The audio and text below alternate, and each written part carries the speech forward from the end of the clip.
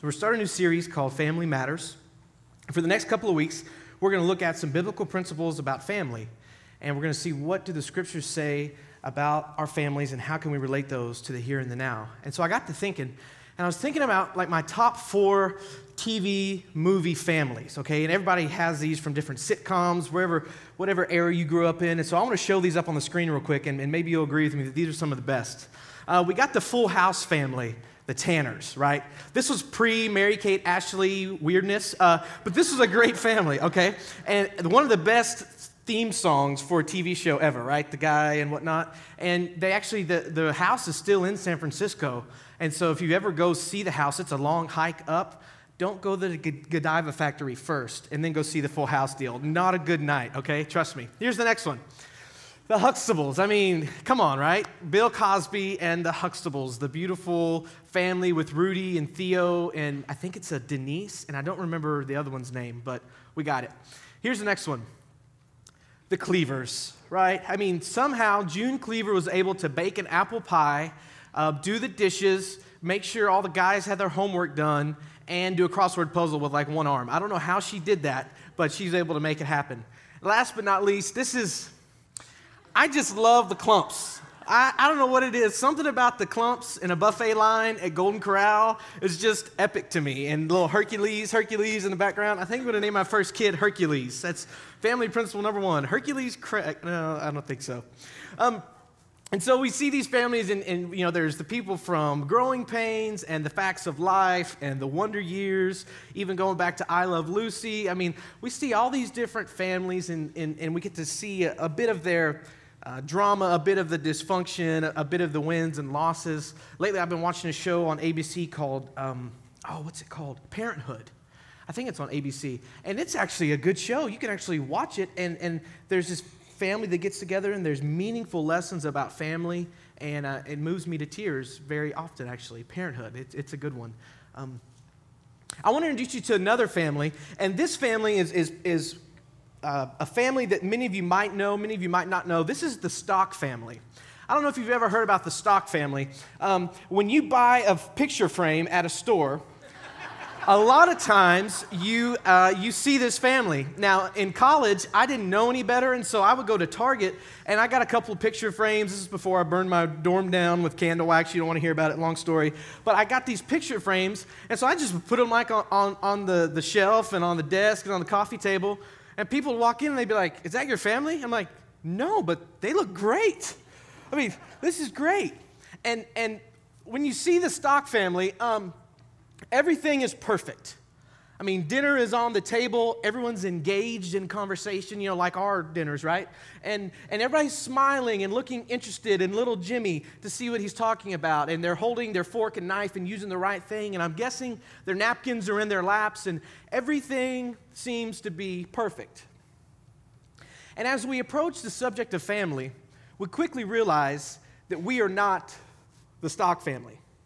That our families are far from perfect, that our families have a bit of dysfunction in them, that very rarely do we even get around a table apart from Thanksgiving and Christmas, let alone if little Jimmy was real little Jimmy, if he had a knife, he was probably going to aim it in the neck of little Jimmy-ette, and they're probably going to be fighting and weeping, wailing, and gnashing of teeth over green beans and peas, okay? And so before we get going, let me share with you this. These next couple of weeks is not a, hey, come to church and let's make you all feel bad about having dysfunctional families. Cool? And this isn't, we're going to point our finger at you and say, this is how the Bible said you should be in a family. You should drive around and listen to KLTY before school, and you should pray together before meals and have Bible stories after meals and before bedtimes, and you should tithe as a family, and everything should be great and hunky-dory and never fight, and you always approach each other with grace and truth, and you never lie and you never deceit. And that's not what this series is about. It's about knowing that, hey, you know what? We've all got some dysfunction in our families.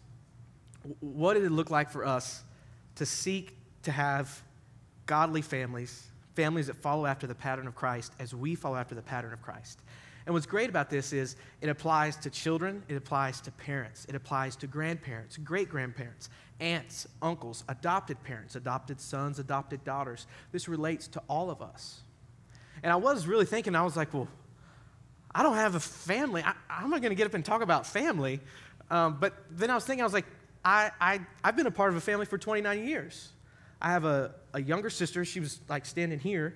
And then I have a brother-in-law and a mother and a father and 2 cats. But I don't claim them because they pee on my clothes. Just keeping it real. So they're like past extended family. They're like the people that you really don't want to invite over for Thanksgiving dinner. Those are the cats. So I've been a part of a family for 29 years. And we've experienced a lot of function. We've experienced a lot of dysfunction. We've experienced death. We've experienced mourning and grief. Been through the whole emotional gamut of what family life is like. And so my hope today is that this week we're talking about a place called home. And we're going to look at a story that involves a father and 2 sons. And my hope today is that we would leave this place encouraged and with strength and excitement for the journey of family. Because family is hard. It's messy. Sometimes it doesn't make sense. And sometimes we just want to throw in the towel. But as we're going to see, God has chosen the family, and He's ordained the family as a picture and a portrait of His grace and redemption. He's chosen to use the family from the pages of Scripture up into our story now to say, this is how I move and operate, and look at how I can be magnified and glorified in the setting of family. And so as we turn to the Scriptures, you expect to see this perfect model of family and parenting as we go through the whole pages. It's like, oh, well, in the Bible, it's probably, they knew about Dr. Phil in the Bible. There was probably no problems, right? And we see that from the beginning, there's dysfunctional families. We see Adam and Eve. Oh, it's like, oh, they had it together, right? Things were perfect. Well, apart from the whole, change the course of history for the human race, then, they had a little murder in their family. And then we get to Noah, and he was an alcoholic, and so there's that bit.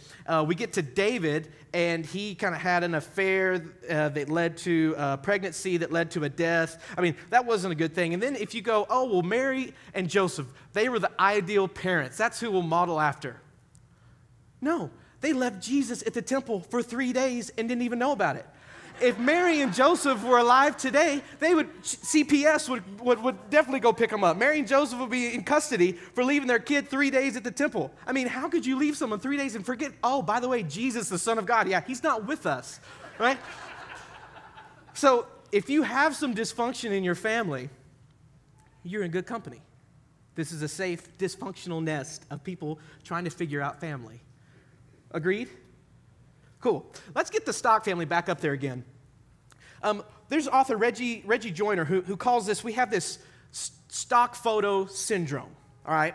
And in our minds, we basically have a stock photo of what family should be like, regardless of what you think it should look like or how they should function or how they operate together or what holidays look like. Okay, side note. You know who my favorite holiday family character is in all time? It's Randy Quaid in the Griswolds, National Lampoons. Uncle Eddie. Uncle Eddie is like the ultimate holiday family crasher with his white loafers. It's just classic. Okay, sorry. And so we get back to the Stock family. Y'all really should have ADD. It's really hard for me to follow y'all. And we get back to the Stock family, and we have this syndrome where it's like built in with us, we feel like this is what family should look like. This is what the Bradys look like. Or this is how the Cleavers look like. Or this is how my mom and dad were. This is how my other friend's family looks like. And what we do is we impose that on us and say, if we're not looking like the Stock family, then obviously we're doing something wrong. Something's not right. We're missing the bar for family. But really, when we look at this picture, we don't understand how much editing, how much Photoshop has been done here. They got cleaned up really nicely. These could all be aardvarks and we don't even know it. Photoshop could literally convert the aardvark to the Stock family. Like the girl on the left, those are not her original eyes, in case you haven't wondered, right? And like little Jimmy, he's probably not smiling, he's probably frowning. And so they tweak it and they airbrush it and they fix it up to look all good. And we're sitting back with our families that aren't fixed up and aren't photoshopped and aren't tweaked and don't have edits. And we go, I can never get to that. And here's the good news. You don't have to. God is not trying to make your family into a better picture. But instead, might I suggest that maybe God is using your family to write a better story. And that in the midst of all of the drama and the ups and the downs and the dysfunction, that maybe God can use that to write a story of redemption and grace in your family that can be shown to the world. And so I don't want to belittle the fact that some of our families have a lot of dysfunction.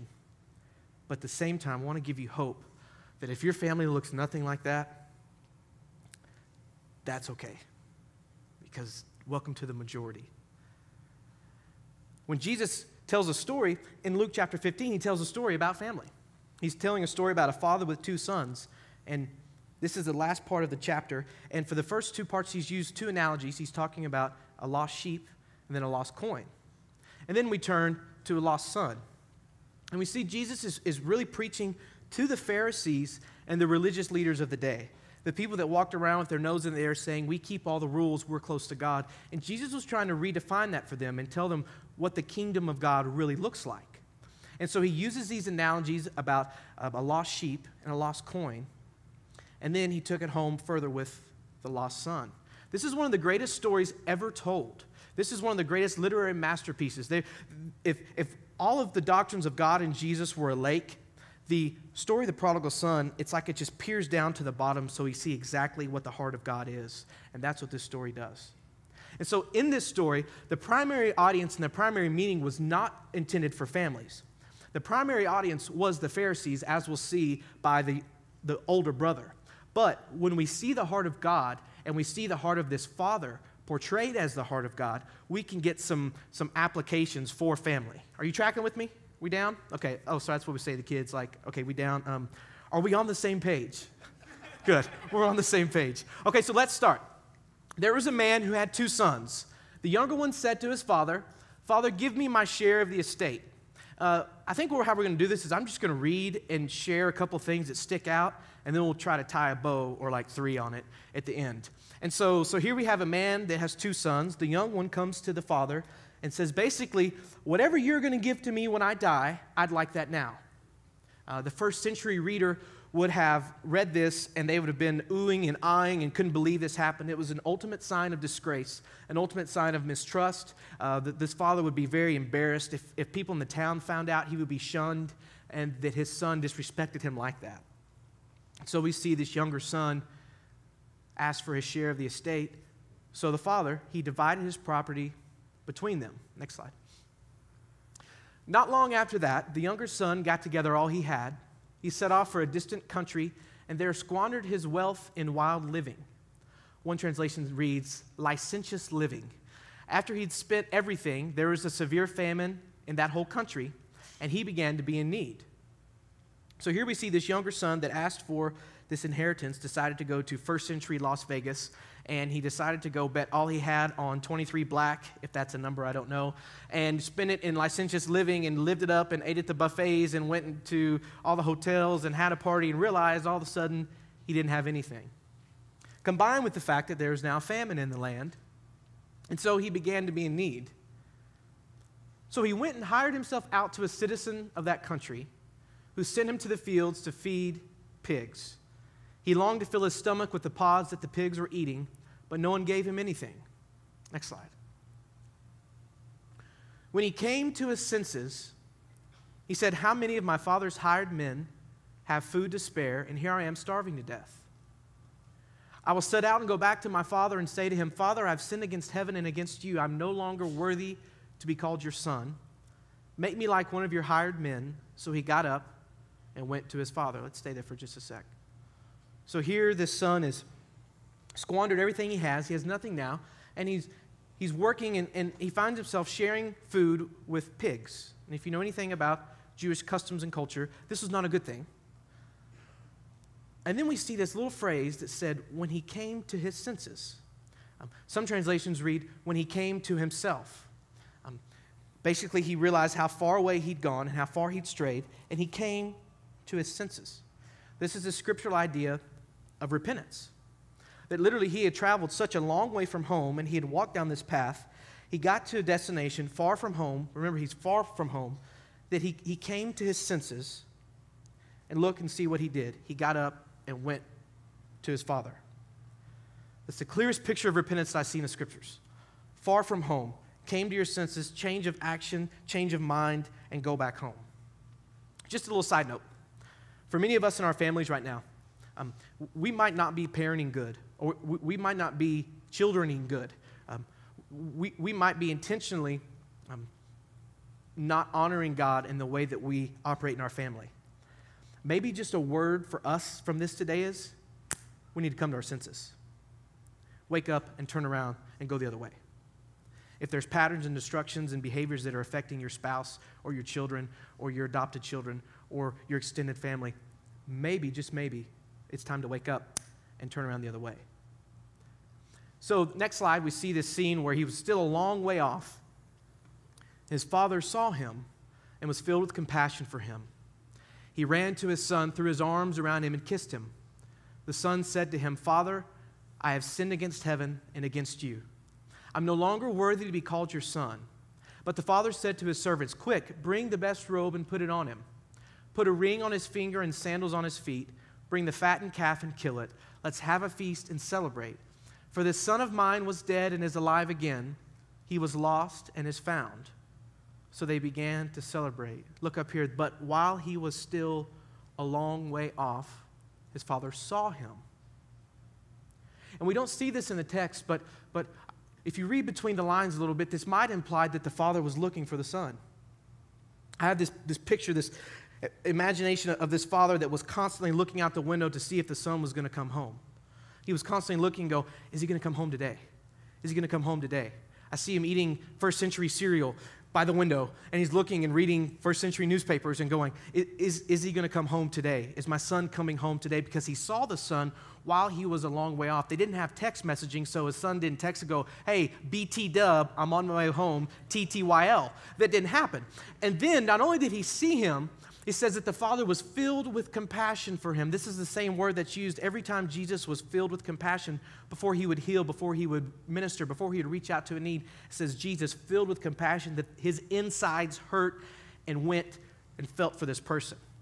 So the father saw, the father felt with compassion, and then the crazy thing of the text is that he ran to his son. Men in first century Palestine did not run. They walked. Women might have ran, children might have ran, young men might have ran, but old men did not run because they had to hike up their robe, and it was a very act of almost lowering themselves. And so here we got this full-on sprint by this dad who basically, his son said, "I disrespect you, and I want what's mine," and he comes home, and the father runs after him. Imagine the Pharisees when they heard this. Jesus was turning everything they thought about God upside down. That there's a God that was looking for his people, that he was filled with compassion for these people, and the God who ran? I mean, he's talking to guys that wouldn't even mention God's name, and now Jesus is saying, yeah, there's this father, and he's a picture of God, and actually, he sprints after lost, wayward sons. Whoa. Turning everything upside down. One writer said that this parable was not created to stir our hearts, but to shatter our categories. And that's what's happening right now. And what's beautiful, if you were to take this passage where he said, the son said to him, "Father, I have sinned against heaven and against you," and compare it a couple verses earlier, the son made up a rehearsal speech.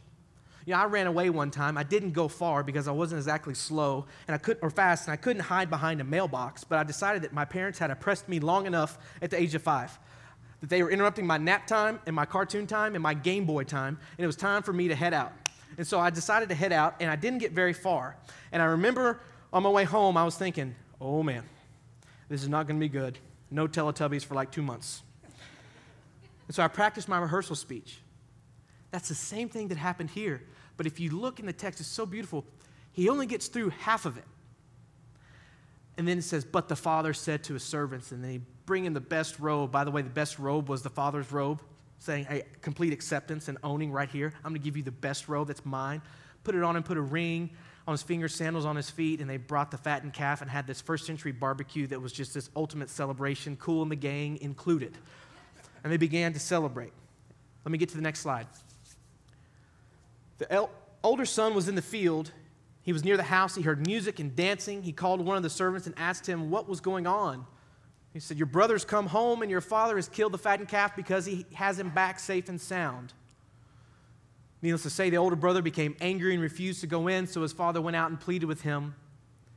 But he answered his father, "Look, all these years I've been slaving for you and never disobeyed your orders, yet you never gave me a young goat so I could celebrate with my friends. But when the son of yours who has squandered your property with prostitutes comes home, you kill the fattened calf for him." Next slide. "My son," the father said, "you are always with me and everything I have is yours. But we had to celebrate and be glad because this brother of yours was dead and is alive again. He was lost and is found." So many different implications to draw from this text. Asking ourselves, which character in the story are we? Are we the younger brother? Are we the older brother? At times we're the father, the parent. And just a couple of things from here as it relates to family in a place called home. God is concerned about the family. It's a big deal to him. While we see the heart of God through this story, we see some different family principles in here. That home is a place of welcome and acceptance and safety and love. And we see that sometimes we can get in trouble when we go a long way from home. And we see how we're to respond being at home when those wayward sons, daughters, aunts, uncles, mothers, fathers come home. Parents, let me just tell you, do not give up on your children. Do not give up on them. No matter how far from home you may think they are. Do not give up on them. Students, children, let me tell you, sin will take you far from home. And when you get far from home, you bargained and you got a lot more than you expected. And so if I could have a word for you is stay close to home. Stay close to home.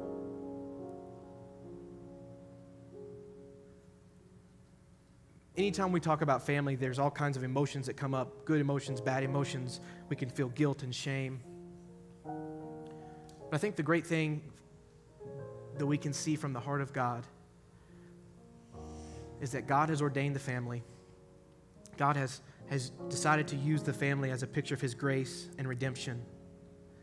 And that God could write a better story for our families instead of trying to fix and Photoshop a picture. And that puts things in perspective. That child that's lost or wayward or that relationship that's not reconciled or those estranged family members. Could it be that we trust that God could put all that together to write a story for our family that points back to his character and to his grace? I'm reminded of a verse in Philippians chapter 1 where Paul was trying to express to his friends, the Philippian congregation, about how much he appreciated them as he was in prison, writing them a letter about joy. And they were the only ones that were able to help bring him food and money as he was in prison. Otherwise, he would have starved. And he said these words. He said, "Being very confident of this, that he who began a good work in you will carry it on to completion until the day of Christ Jesus." And we can claim that verse for our families. That the God who began a good work, by the way, he was leaning back into Genesis 1, because in the beginning God created and began, and it was a work, and guess what? It was good. And so Paul said, the one that began a good work, he's going to the same one that's going to complete the work in you. And so for your child that's far from God or far from home, the God who began a good work will complete that work. For the marriage, it seems like there's no chance it's going to be able to be reconciled. The God that began a good work can complete a good work. For if you feel like your family is just nowhere near operating in any type of functionality, the God that began a good work will complete that work. God is great at starting and completing works. And so today, may you rest in that. And when you feel far from God and far from what you feel like God's expectations are you as a parent or a family member, know that we serve the God who runs after us. And as we run after him and he runs after us, maybe this divine collision can take place, like was seen in that front lawn between the Father and the Son. You're not too far. You're not too wayward. You're not too lost, because our God is the God that runs after us.